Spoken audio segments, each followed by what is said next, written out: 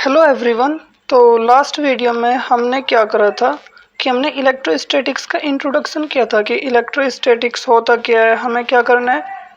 Electrostatics दो word से मिलकर बना था, ये बताया था आपको। एक इलेक्ट्रिक चार्ज और एक इलेक्ट्रो का मतलब है इलेक्ट्रिक चार्ज और स्टैटिक्स का मतलब है एट रेस्ट। तो हमें क्या करना है, चार्ज से जुड़े हुए फिनोमिना को रेस्ट पर पढ़ना है, बट हमें नहीं पता था कि चार्ज क्या है। तो वो हम आज की क्लास से स्टार्ट करेंगे। तो आज हमारा टॉपिक यही होगा, इलेक्ट्रिक चार्ज। तो आज का जो कंटेंट होगा वो होगा व्हाट इज चार्ज। ठीक है, चार्ज है क्या। ठीक, अब इसकी कुछ प्रॉपर्टीज होगी, चार्ज से जुड़ी हुई हमें कुछ प्रॉपर्टीज देखनी होगी। And the last one is methods of charging, किस किस मेथड से हम किसी बॉडी को चार्ज कर सकते हैं। तो ये सब हमें आज की वीडियो में देखना है। तो चलो स्टार्ट कर दे एंड बात करते हैं चार्ज की। चार्ज है क्या। तो जैसा मैंने हिस्टोरिकल बैकग्राउंड में पिछली क्लास में भी आपको डिस्कस किया था कि बात है एंशिएंट ग्रीक्स की, लगभग 2500 साल पहले की। ठीक है, उस टाइम पर एक थेल्स नाम के एक फिलोसोफर थे, ये इस फिलोसोफर का नाम है। और हमने ऑब्जर्व किया था कि जब हम अंबर को रब करते हैं तो वो पेपर के या फिर जो हमारे हेयर्स होते हैं, बाल होते हैं, उनके छोटे छोटे पीस को अपनी ओर अट्रैक्ट करता है। ठीक है, सो अंबर को ग्रीक में बोलते थे इलेक्ट्रॉन। ठीक है ना, तो ग्रीक में क्या बोलते हैं इसको, हम इलेक्ट्रॉन बोलते हैं। इसमें स्पेलिंग थोड़ी के है, ये की सी नहीं है, इसका ध्यान रखना। ये इलेक्ट्रॉन वैसा वाला इलेक्ट्रॉन नहीं है, इसी से हमारा इलेक्ट्रिसिटी वर्ड आया था। सो अंबर क्या करता है, अट्रैक्ट करता है स्मॉल बिट्स ऑफ पेपर को। ठीक है, लेकिन ये कब करता है, जब हम इसको रब करते हैं किसी दूसरे सब्सटेंस पर। ठीक है ना, so after rubbing it with another substance. ठीक है, जब हम इसको रब कर देते हैं तब ये छोटे छोटे पीस को अपनी ओर अट्रैक्ट करता है। उस टाइम पर ये प्रॉपर्टी नहीं पता थी क्या होती है, लेकिन 16th सेंचुरी तक हमें पता चला कि प्रॉपर्टी सभी के पास है। केवल अंबर नहीं है ऐसा कि जिसके पास ये प्रॉपर्टी है, बाकी सभी ऑब्जेक्ट, चाहे आपका गिलास रोड हो, चाहे आपके लिए कोई बॉटल हो या फिर प्लास्टिक हो, सभी मटेरियल के पास लगभग ये प्रॉपर्टी है। इनफैक्ट जो मेटल्स है उसमें डायरेक्टली नहीं पर इनडायरेक्टली वो छोटी छोटी चीज़ों को अपनी ओर अट्रैक्ट कर सकता है। तो सभी सब्सटेंस के पास ये क्या है। तो टिल 16th सेंचुरी उस टाइम पर हमें नहीं पता था कि ये क्यों हो रही है फिनोमिना, हमें इसके कुछ रीजन नहीं पता थे।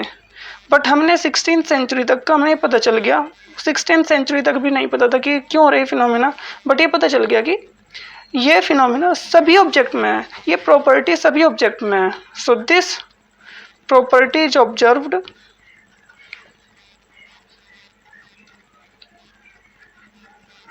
In all substances. ठीक है, ये सभी सब्सटेंसेज के अंदर पाई गई ये प्रॉपर्टी है। केवल ऐसा नहीं कि अंबर के साथ ऐसा हो रहा है, ये सभी के साथ ऐसा हो रहा है। अगर आप अपनी डेली लाइफ में ऑब्जर्व करो तो एक मैरिज पार्टी के अंदर या फिर एक बर्थडे पार्टी के अंदर आप देखते हो कि आप बहुत सारे बैलून वॉल्स के ऊपर चिपके रहते हैं। तो हम क्या करते हैं, उन बैलून को अपने बालों से रब करते हैं और उसको दीवार पर चिपका देते हैं। ये क्यों हो रहा है, क्योंकि जब हम बैलून को रब करते हैं तो उसके ऊपर चार्ज आ जाता है और वो चार्ज की प्रॉपर्टी के कारण दीवार पर चिपक जाता है।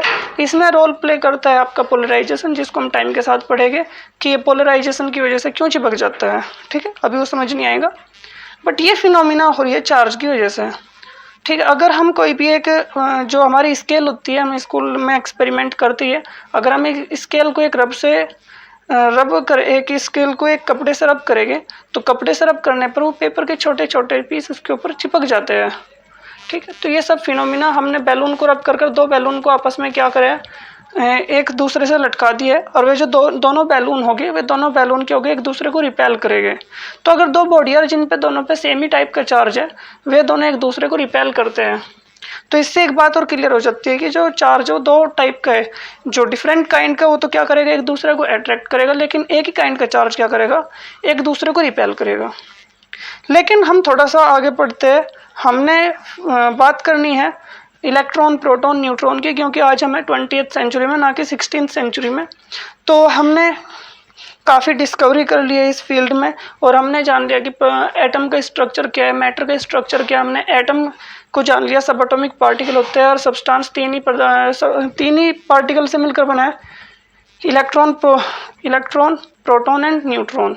हालांकि इनको भी हमने ये फंडामेंटल पार्टिकल है जो सभी सब्सटेंस के अंदर पाए जाते हैं, और भी फंडामेंटल पार्टिकल होते हैं जो न्यूक्लियस में होते हैं, केवल ये तीन नहीं होते। बट हम 11th-12th लेवल पर इन तीन को जानते हैं। हालांकि क्वार्क्स एंड फोटॉन्स एटसेट्रा और भी पार्टिकल्स होते हैं, ठीक है।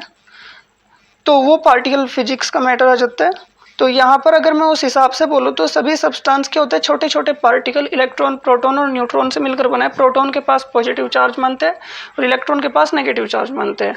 तो किसी बॉडी के पास जो प्रॉपर्टी होती है चार्ज की, वो इलेक्ट्रॉन प्रोटॉन की वजह से होती है, और इस इलेक्ट्रॉन प्रोटॉन की हाइपोथेसिस से चार्ज के फिनोमिना को समझना आसान होता है। तो अगर मैं डिफाइन करूँ चार्ज को तो मैं क्या बोलूँगा, द इंट्रिंसिक और फंडामेंटल प्रॉपर्टी, ठीक है। जो इंट्रिंसिक है या फिर फंडामेंटल प्रॉपर्टी है किसकी, फंडामेंटल पार्टिकल्स की, फंडामेंटल प्रॉपर्टी ऑफ सब एटॉमिक पार्टिकल।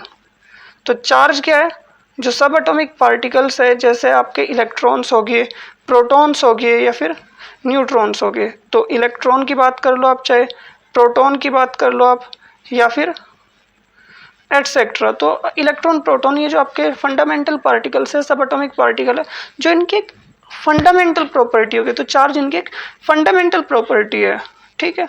और इन्हीं सब से ये सब फिनोमिना जो हम डेली लाइफ में ऑब्जर्व करते थे, ये सब चीज़ें हम एक्सप्लेन कर सकते हैं, ठीक है। तो जो आपके पास प्रोटॉन है, इसके पास क्या होगा, पॉजिटिव चार्ज होगा, और इलेक्ट्रॉन है, इसके पास क्या होगा, नेगेटिव चार्ज होगा, ठीक है। तो जो चार्ज है वो क्या है, दो टाइप होते हैं चार्ज के। कितने टाइप होते हैं, दो टाइप होते हैं, दो फ्लेवर होते हैं, एक पॉजिटिव है और दूसरा नेगेटिव है, ठीक है। और जो सेम टाइप के चार्ज होते हैं एक दूसरे को रिपेल करते हैं, ठीक है ना। So same type of charge, ये एक्सपेरिमेंटल ऑब्जर्वेशन है, repel each other but opposite charge attract each other, ठीक है। तो अपोजिट चार्ज तो एक दूसरे को अट्रैक्ट करेंगे और सेम टाइप के चार्ज एक दूसरे को रिपेल करेगा। अगर आप किसी भी एक बॉडी के ऊपर पॉजिटिव चार्ज डेवलप करते हो, दूसरे के ऊपर भी पॉजिटिव है, तो इनके बीच में क्या करेंगे, एक दूसरे को रिपेल करेंगे। अगर एक बॉडी पर आपने नेगेटिव चार्ज करे, एक दूसरी पर भी नेगेटिव है, तो ये दोनों भी आपस में क्या करेंगे, रिपेल करेंगे। लेकिन अगर एक पॉजिटिव और एक नेगेटिव है, तो ये दोनों एक दूसरे को अट्रैक्ट करेंगे, दोनों एक दूसरे के ऊपर चिपक जाएंगे। तो सेम काइंड का चार्ज एक दूसरे को रिपेल करता है, लेकिन अपोजिट काइंड का चार्ज जो है वो एक दूसरे को अट्रैक्ट करता है। लेकिन चार्ज जो एक फंडामेंटल प्रॉपर्टी है, मैटर की एक फंडामेंटल प्रॉपर्टी है, तो हम इसको मेजर भी कर सकते हैं, ठीक है। क्योंकि हम फिजिक्स में हर प्रॉपर्टी को मेजर करने की कोशिश करते हैं, क्योंकि ये है ही फिजिक्स मेजरमेंट पर बेस्ड है, कंपैरिजन पर बेस्ड है, ठीक है। तो अगर मैं इसको मेजर करूं तो जो एसआई यूनिट होगी चार्ज की, वो क्या होगी कूलाम, ठीक है। कूलाम एक साइंटिस्ट थे जिन्होंने दो चार्ज के बीच में फोर्स को कैलकुलेट करने की कोशिश की। फोर्स किस किस फैक्टर पे डिपेंड करती है, तो उनको सम्मान देने के लिए हमने चार्ज की यूनिट रखी है कूलाम। उनका रेफरेंस लिया उनके मैथमेटिकल मॉडल का, उनके एक्सपेरिमेंटल मॉडल का, ठीक है। लेकिन अगर मैं सीजीएस सिस्टम की बात करूं, क्योंकि आपको पता है यूनिट के दो सिस्टम होते हैं, एक तो होता है एमकेएस मीटर किलोग्राम सेकेंड, वो होता है आपका एसआई सिस्टम जो आप फॉलो करते हो। लेकिन फिजिक्स में क्या होता है कि यूनिट का सिस्टम बहुत ज़्यादा ज़रूरी है। अगर आप लेंथ को सेंटीमीटर में रख रहे हो, मास को ग्राम में रख रहे हो, टाइम को सेकंड में रख रहे हो, तो इसकी यूनिट चेंज हो जाएगी, और वो यूनिट होगी इलेक्ट्रोस्टैटिक यूनिट, मतलब ईएसयू। ईएसयू को बोलते हैं इलेक्ट्रोस्टैटिक यूनिट।